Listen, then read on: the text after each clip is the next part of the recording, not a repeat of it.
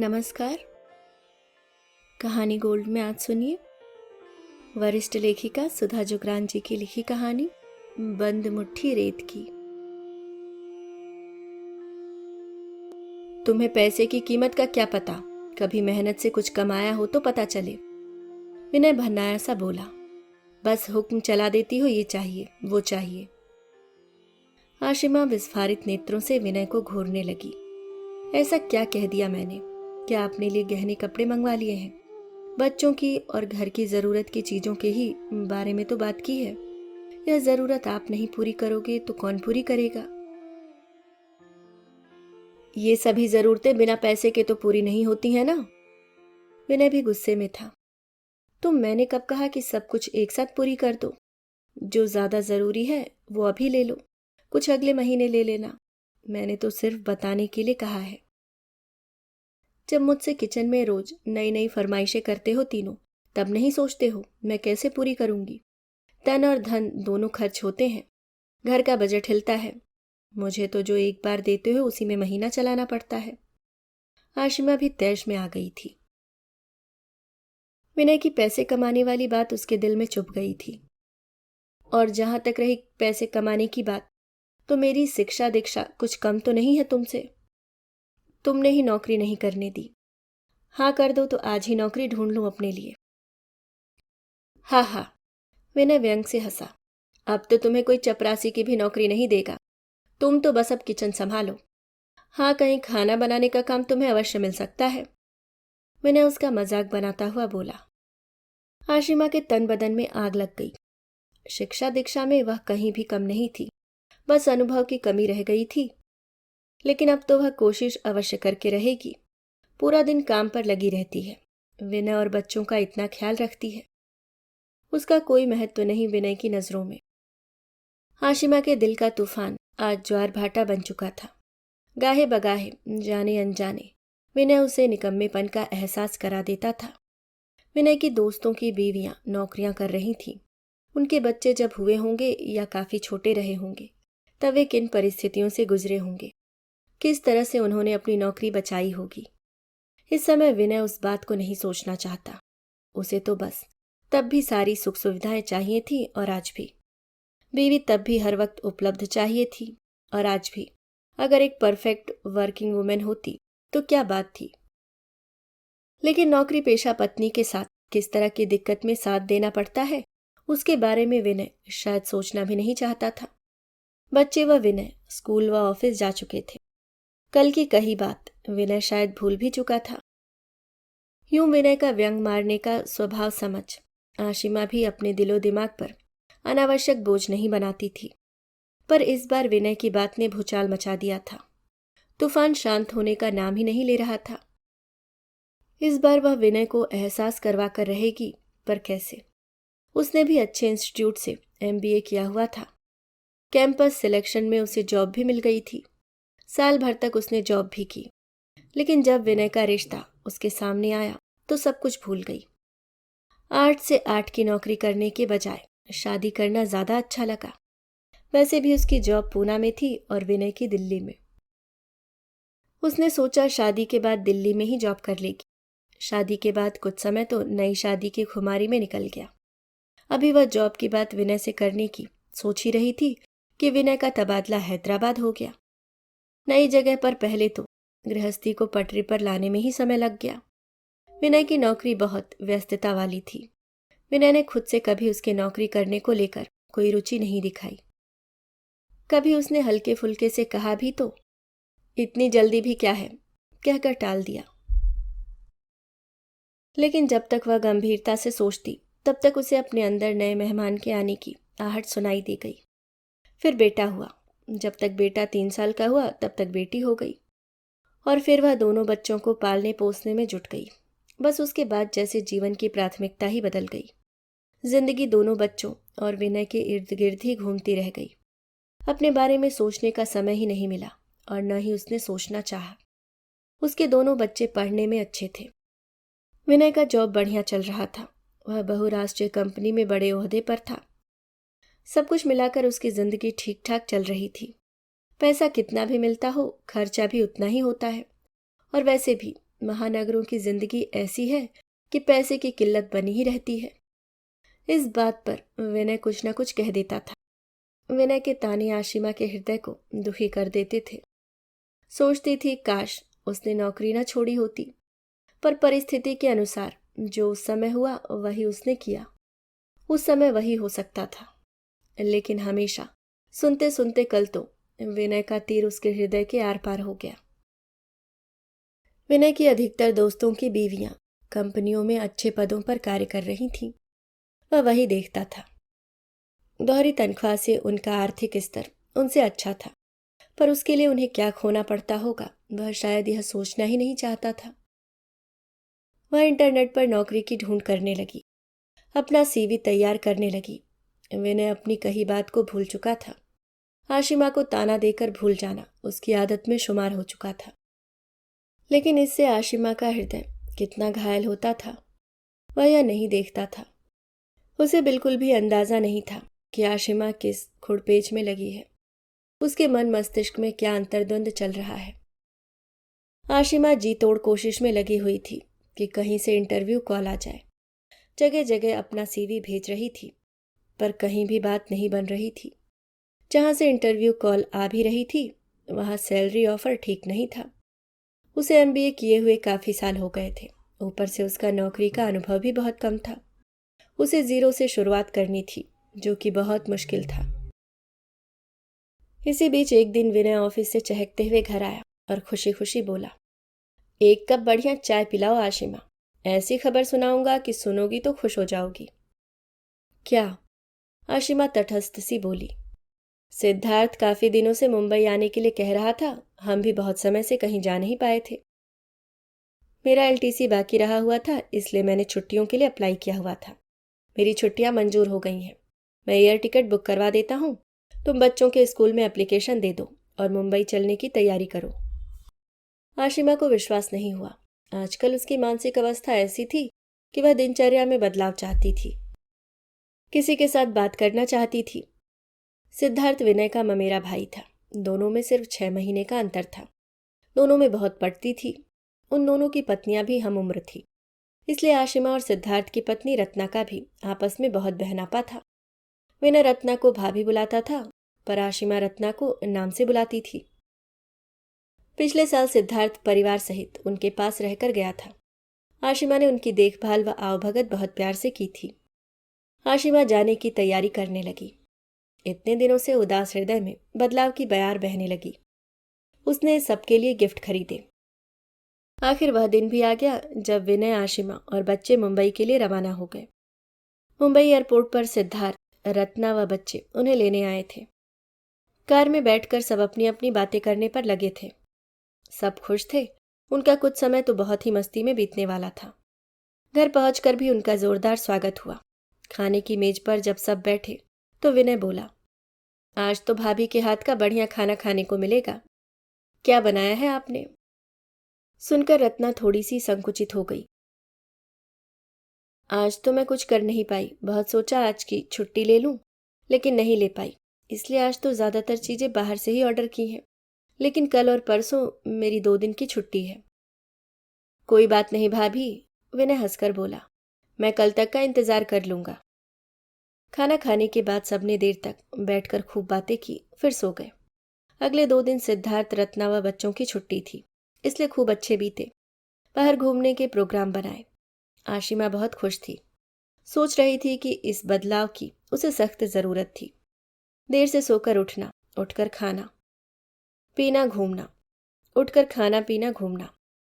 काफी समय से अपनी एकरस दिनचर्या में इस सब की उसे कमी खल रही थी। रत्ना ने पूरे समय के लिए नौकरानी रखी हुई थी। वह सुबह 6 बजे आती थी और रात का खाना बनाकर 8 बजे तक चली जाती थी, इसलिए उसे गृह कार्य करने का न तो अधिक अभ्यास था और न ही शौक। लेकिन आशिमा की खातिरदारी से वह इतनी प्रभावित हुई थी कि किसी तरह खुद कुछ करके उनकी आवभगत करने की कोशिश कर रही थी।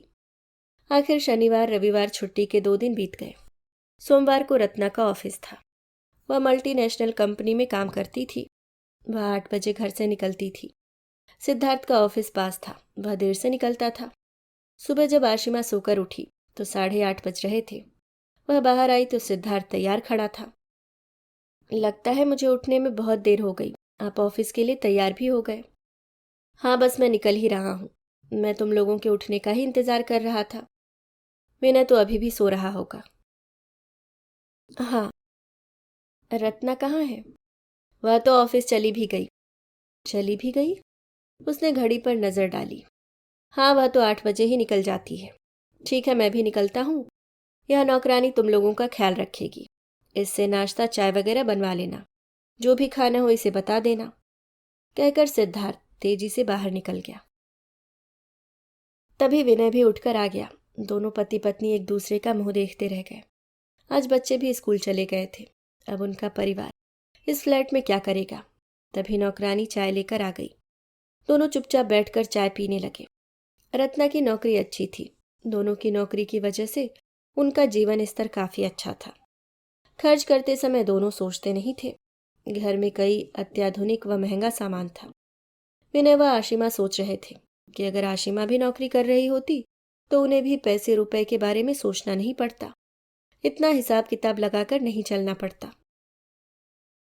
तभी बच्चे भी उठकर आ गए। नौकरानी को नाश्ता बनाने के लिए कहकर वे नहाने व तैयार होने चले गए। तैयार होकर नाश्ता करके वे इधर उधर घूमने चले गए। 4 बजे तक इधर उधर घूमकर वे घर आ गए। सबके बिना घूमने में भी मन नहीं लगता। तब तक बच्चे घर आ गए थे। बच्चों को देखकर उनके बच्चे खुश हो गए। चारों बच्चों के हंगामे से घर में रौनक हो गई। रात 8 बजे रत्ना व 9 बजे सिद्धार्थ घर में घुसे। थके हारे से नौकरानी तब तक खाना बनाकर जा चुकी थी। आशिमा व विनय सोच रहे थे, दोनों पति पत्नी 8-9 बजे से पहले घर नहीं आते। दोनों बच्चे 1:30-2 बजे तक घर आ जाते हैं। रात 8-9 बजे तक बच्चे घर में क्या करते होंगे? कैसे निश्चिंत रह लेती है रत्ना। वह खुद तो बच्चों को 1 घंटे के लिए भी घर पर अकेले नहीं छोड़ पाती। आज तो बच्चे उसके बच्चों के साथ खेलते रहे, पर बाकी दिन क्या करते होंगे? 1 घंटा ट्यूटर पढ़ाकर चला गया। पढ़ाया नहीं पढ़ाया, कितना पढ़ाया? बच्चों ने पढ़ा नहीं पढ़ा, कितना पढ़ा कुछ पता नहीं। अभी बच्चे इतने बड़े भी नहीं हैं। थोड़ी देर बाद रत्ना व सिद्धार्थ कपड़े बदलकर फ्रेश होकर आ गए। डाइनिंग टेबल पर खाने के लिए बैठे तो नौकरानी की बनाई पानी वाली पीली दाल और बेस्वाद मटर आलू की सब्जी थी। हाशिमा की निगाहों में अपने घर का डाइनिंग टेबल घूम गया। उनके घर में तो एक ही कमाने वाला है। घर में इतना महंगा सामान भी नहीं है, फर्नीचर नहीं है, लेकिन टेबल पर कितनी चीजें लगी रहती हैं। बिना चटनी रायते और 2 सब्जी के तो न बच्चे और विनय ही खाना खा पाता है। बिना चटनी रायते और 2 सब्जी के तो न बच्चे और न विनय ही खाना खा पाता है। और मीठे में भी कुछ न कुछ घर का चाहिए। बच्चों को भी अलग अलग पसंद है और मेहमानों के आने पर तो आशिमा अपना तन मन लगा देती है। उसके बच्चे खाना देखकर उसकी तरफ देखने लगे, लेकिन रत्ना के बच्चों को तो दिनचर्या में नौकरानी के बनाए खाने की आदत थी, इसलिए खाने लगे। तभी रत्ना उठ खड़ी हुई। रायता बना देती हूँ, फ्रिज में दही है। मेहमानों के लिए डाइनिंग टेबल पर लगे खाने से शायद वह भी शर्मिंदा हो गई थी। अरे बैठो रत्ना, सब ठीक है, दही खा लेंगे। आशिमा रत्ना का हाथ खींचती हुई बोली। मैं ले आती हूँ, कहकर वह फ्रिज से दही निकाल कर ले आई। सब चुपचाप खाने लगे। सिद्धार्थ और रत्ना इतने थके हुए थे कि थोड़ी बहुत औपचारिक बातचीत के अलावा ज्यादा बात भी नहीं कर पाए। खाना खाने के बाद टेबल समेटकर दोनों जल्दी ही सोने चले गए। बच्चों ने भी सुबह स्कूल जाना था, इसलिए वे भी सोने चले गए। फिर से उनका परिवार लॉबी में अकेला बैठा रह गया। विनय व आशिमा के दिमाग में परस्पर विरोधी विचार गुत्थम गुत्था हो रहे थे। दोनों सोच रहे थे, पैसा तो कमा रहे हैं रत्ना व सिद्धार्थ, पर जिंदगी का क्या स्वरूप है उनका? जिंदगी से क्या ले पा रहे हैं और क्या दे पा रहे हैं? कुछ साल और रेत की तरफ फिसल जाएंगे जीवन से, फिर बस अतीत की तरफ मुड़कर देखने के सिवा इनके हाथ में कुछ नहीं रह जाएगा। थोड़ी देर टीवी देखकर वे भी सोने चले गए। अगले कुछ दिन यही रूटीन रहा सबका। विनय व आशिमा दोपहर में बच्चों के साथ इधर उधर घूमाते। शाम को थके हारे रत्ना सिद्धार्थ आते और ठीक से बात भी नहीं कर पाते। इन दिनों वे उन दोनों की जिंदगी को नजदीक से देख रहे थे। रात में जाकर तो दोनों की मुलाकात हो पाती। घर की छोटी मोटी जिम्मेदारी को लेकर यहाँ तक कि बच्चों की फीस जमा करने को लेकर, उनकी स्कूल मीटिंग में जाने को लेकर, पढ़ाई को लेकर भी दोनों में बहस हो जाती। विनय को लगता कि रत्ना कहीं से भी सामंजस्य बिठाने की कोशिश नहीं करती है, और करती भी कैसे, वह भी उतनी ही व्यस्त थी जितना कि सिद्धार्थ। बड़ा ओहदा, बड़ी तनख्वाह, ऑफिस की बड़ी जिम्मेदारियां वह भी निभा रही थी। आशिमा उसके साथ कितना समझौता करती है, घर की, बच्चों की कितनी जिम्मेदारियां संभालती है, जिससे वह निश्चिंत हो अपनी नौकरी पर ध्यान दे पाता है। उनके घर आने वाली तनख्वाह भले ही सिद्धार्थ के घर आने वाली तनख्वाह से आधी है, लेकिन घर में सुख शांति है, ऐसी उदासीनता नहीं है। इन 5 दिनों में तो उसका दिल घुट गया सिद्धार्थ के घर में। इसी तरह उनकी छुट्टियों का एक हफ्ता गुजर गया। 2-3 दिन की छुट्टियां और शेष रह गई थी। उनके सारे के सारे प्रोग्राम धरे के धरे रह गए थे। क्या कुछ सोच कर आए थे सिद्धार्थ के घर, और अब उनका वहां रहने में खुद भी मन नहीं लग रहा था। उसे रह रहकर तब का समय याद आ रहा था जब रत्ना और सिद्धार्थ उनके पास आए थे। आशिमा कैसे उसके घर आने से पहले घर के सारे कार्य निपटा देती थी, खाना बना देती थी, बच्चों की पढ़ाई खत्म हो जाती थी, वह खुद भी जल्दी आ जाता था, फिर सब घूमने चले जाते थे, और कुछ दिन की तो उसने छुट्टी भी ले ली थी।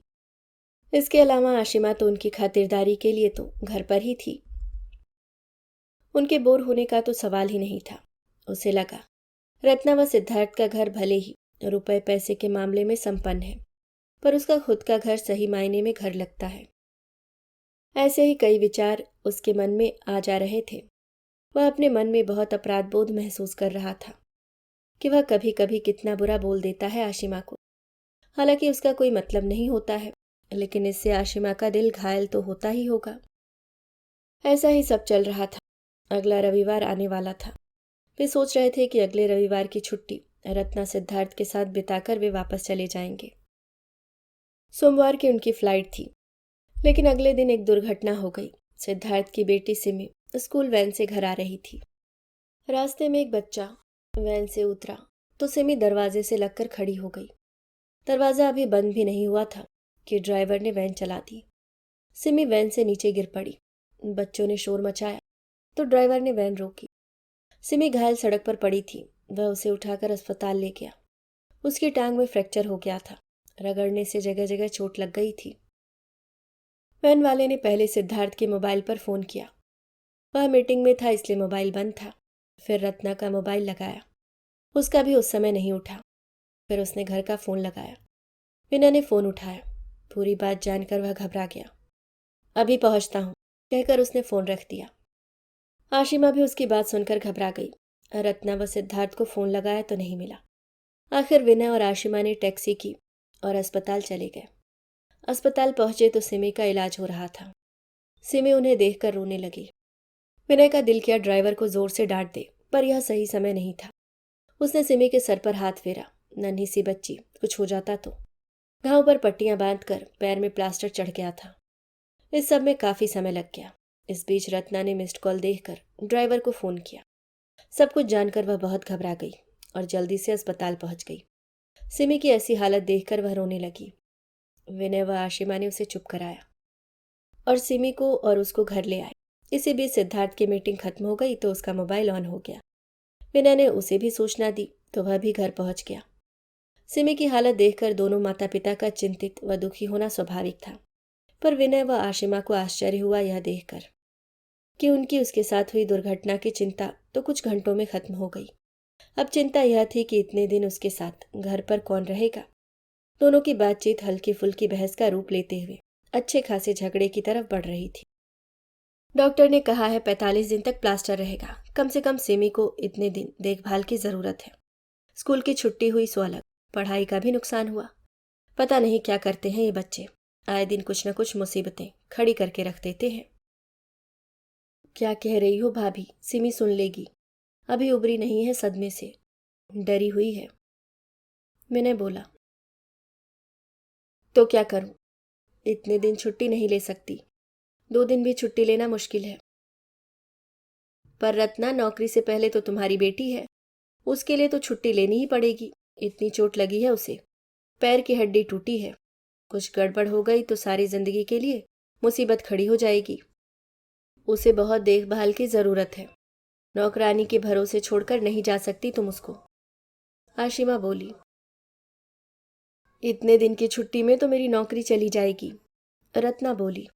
ऊपर से उसकी पढ़ाई का कितना नुकसान होगा। कैसे चली जाएगी नौकरी? अगर तुम्हारे फ्रैक्चर हो जाता तब भी क्या तुम्हारी नौकरी चली जाती? सिद्धार्थ तल्ख स्वर में बोला। तो तुम ले लो ना छुट्टी। अरे आप लोग ऐसे बहस क्यों कर रहे हो? बारी बारी से ले लो ना दोनों छुट्टी। रहा पढ़ाई का सवाल तो ट्यूटर पूरी करवा लेगा। स्कूल से किसी बच्चे की कॉपी लेकर वह अपना काम पूरा करती रहेगी। अभी थोड़े दिन में बैठने लायक हो जाएगी। विनय बोला। इसलिए कहता हूँ नौकरी छोड़ो और घर संभालो। सिद्धार्थ भन्नाता हुआ उठा और अपने बेडरूम में चला गया।